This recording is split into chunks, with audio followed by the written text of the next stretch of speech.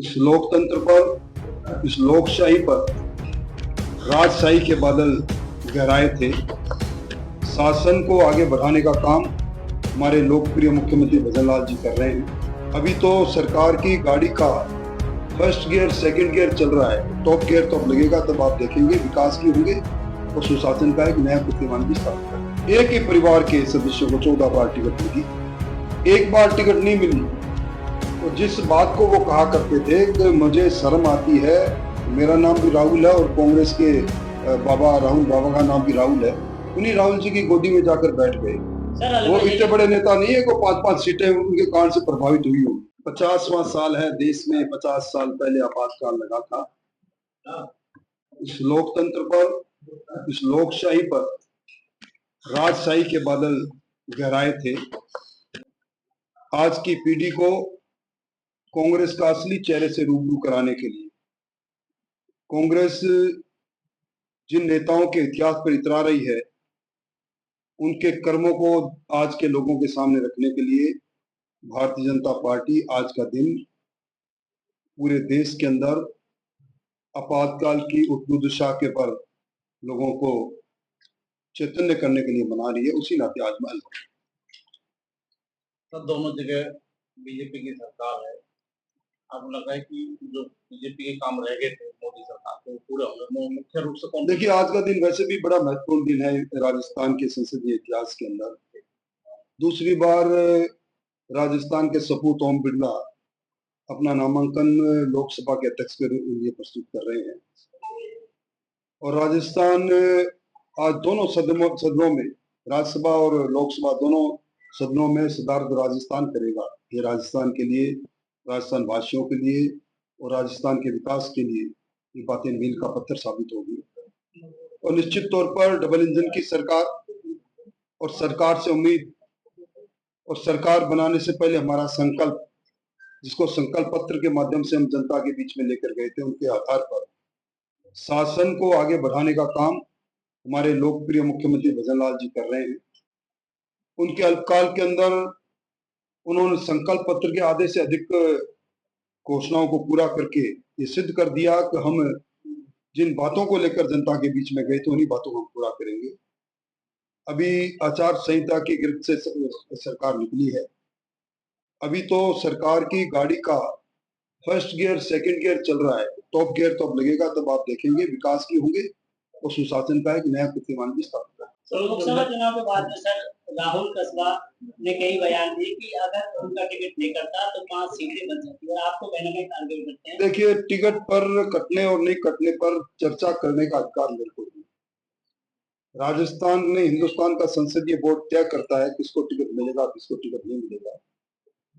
और संसदीय टिकट पर वाद विवाद खड़ा करना या सवाल खड़ा करना एक तरह से उस निर्णय को चुनौती है। मैं अनुशासनबद्ध कार्यकर्ता हूँ। पार्टी अगर उन्हें टिकट देती तो उनके लिए काम करता, पार्टी ने झाझड़िया जी को टिकट दी तो उनके लिए काम किया। पर जो लोग एक बार नहीं, इसी कसवा परिवार को 14 बार लोकसभा, विधानसभा प्रमुख और प्रधान, एक ही परिवार के सदस्यों को 14 बार टिकट मिली, एक बार टिकट नहीं मिली। तो जिस बात को वो कहा करते थे कि मुझे शर्म आती है, मेरा नाम भी राहुल है और कांग्रेस के बाबा राहुल बाबा का नाम भी राहुल है, उन्हीं राहुल जी की गोदी में जाकर बैठ गए। सिद्धांतहीन राजनीति का गठजोड़ एक बार चल सकता है, काट की हांडी एक बार चल सकती है, बार बार नहीं चल सकती। मैं समझता हूँ कि निश्चित तौर पर वो जीते हैं और हार को मैंने चूरू के अंदर हजारों कार्यकर्ता के समक्ष भी अपनी खुद की जिम्मेदारी मानते हुए स्वीकार किया है। हार तो हार है, हम उसकी समीक्षा कर रहे हैं और आगे बढ़ेंगे। कह रहे हैं कि वो 5 सीटें बच जाती है अगर, ये उनका आकलन है और उनका आकलन किस आधार पर है ये वही बता पाएंगे। सर वो इतने बड़े नेता नहीं है को 5-5 सीटें उनके कारण से प्रभावित हुई होगी। इस बार फिर भी बीजेपी के राजस्थान में सीटें कम हुई है, कारण क्या मानते हैं कि?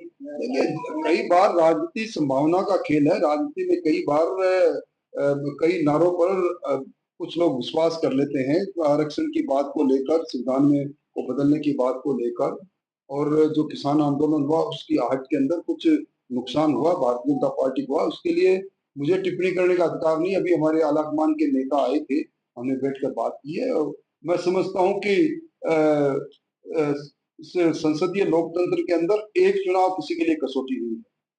आप ये भी देखिए कि हम जिस मकसद के लिए आगे बढ़े थे, दुनिया के सबसे लोकप्रिय नेता नरेंद्र मोदी जी को प्रधानमंत्री बनाने के लिए, वो मकसद पूरा हुआ है। नेहरू जी के बाद तीसरी बार लगातार प्रधानमंत्री बनने का कीर्तिमान नरेंद्र मोदी जी ने स्थापित किया है। ये छोटी बात है क्या? हमने कांग्रेस के कुराज को खत्म कर दिया और भजनलाल जैसे एक संतन एक चढ़ान कार्यकर्ता मुख्यमंत्री, ये छोटी बात है क्या? इसलिए कोई ठहराव नहीं है, ये चलता बहता हुआ पानी है, बहते हुए पानी का निश्चित तौर पर आगे बढ़ता जाए। सर, अलवर में एक स्ट्रीट सीटर को पुलिस पकड़ने गई, उसके पथराव किया गया, स्ट्रीट सीटर ट्रोलिंग बेल्ट खराब हो गया, क्या कहना चाहेंगे इस मामले में? तो देखिए, बिगड़ी हुई कानून व्यवस्था विरासत में मिली। अलवर में जो जंगल राज था वो किसी से छुपा हुआ नहीं। जहां एक तरह से ये कैपिटल बन गया था साइबर क्राइम को लेकर, अलवर शर्मसार हुआ था जब यहाँ मुखबधिर बेटी के साथ बलात्कार होता है, एक पति के सामने पत्नी के साथ बलात्कार होता है। ये कहानियां थी पुरानी सरकार के समय की। इसी तरह हौसले बुलंद है, परंतु इस सरकार ने आने के बाद जहां एक और गैंगस्टरों की कमर को तोड़ने का काम किया है, इस घटना पर भी निश्चित तौर पर संज्ञान लिया गया है और उसमें सख्त कार्रवाई हो रही है। ये बात आपको बताएं। बीजेपी के राज है अलवर शहर में, पानी की इतनी किल्लत है कि एडवोकेट ने फांसी लगा दी, आत्महत्या कर दी। आप क्या कहना चाहेंगे? पानी के मैं नहीं समझता कि आज के युग में कोई पानी की कमी के लिए फांसी लगाएगा। ये चाय के प्याले में तूफान खड़ा करने के लिए कपोल कल्पित बातें हैं। पानी की किल्लत हो सकती है। हिंदुस्तान में अधिकांश सूबों में मई जून के अंदर पानी की किल्लत रहती है, अलवर में भी रही होगी, पर अब अलवर का नेतृत्व ऐसे सक्षम व्यक्ति के हाथ में है जो भारत सरकार में मंत्री है। अलवर के अंदर यमुना का पानी और दूसरा पानी लाकर वर्षों पुरानी इन समस्या का समाधान आपके सामने अब भूपेंद्र जी के